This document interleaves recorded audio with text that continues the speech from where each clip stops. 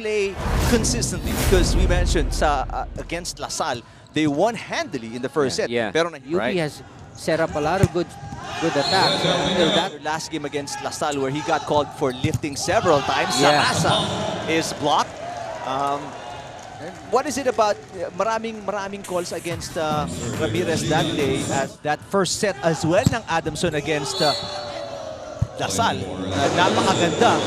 But then again, pag nag-init yung kabilang koponan, we'll see if UP nagsisimula pa lang mag... Nice set. Miguel, solid He came block. in too late. Yeah, he came in too late. Saka nasa ilalim na siya ng blockers, ano?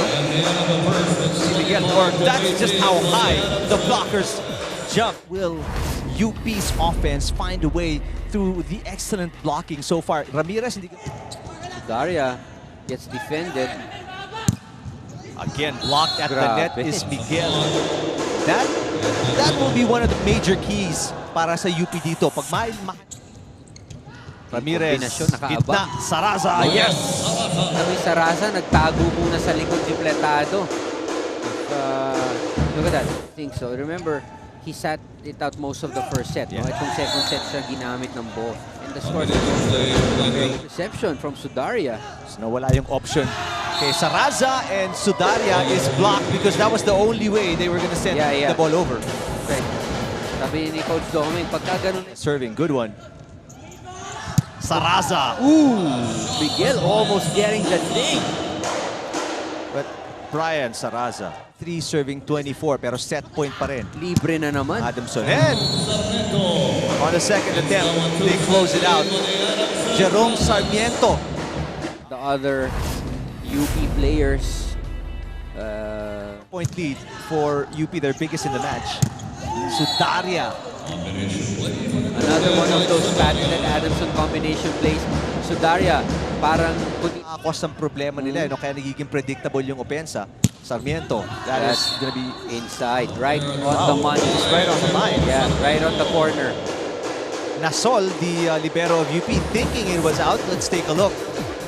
Linesman called it in. Yeah, Millete, mababa pa rin ng konti. Ramirez will bring it up. Sarmiento again. Wow.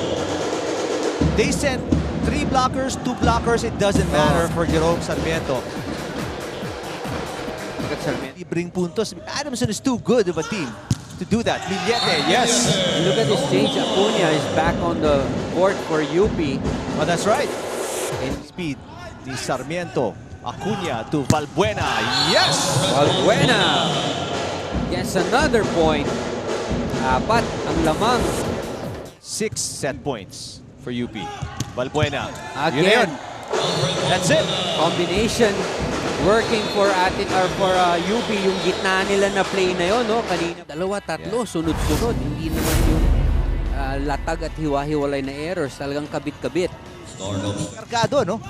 Kaya nahihirapan ng Adamson to get a good first ball. Valbuena. Again! Wow. Somebody stop this guy. If you're Adamson, that's what you're thinking. How do you contain Valbuena? They've been able to contain almost... Good serve from Millete. But better execution that time. Better reception leading to good offense para sa Adamson. Cutting that.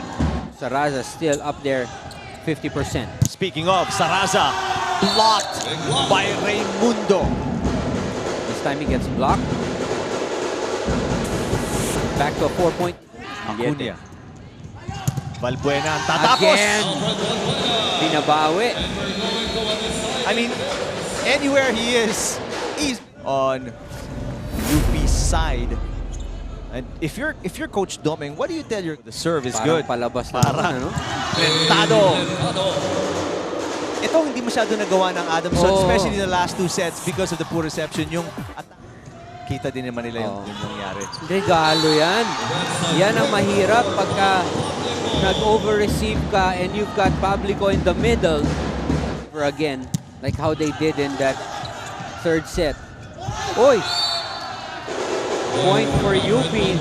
Ramirez set it up too close to the net.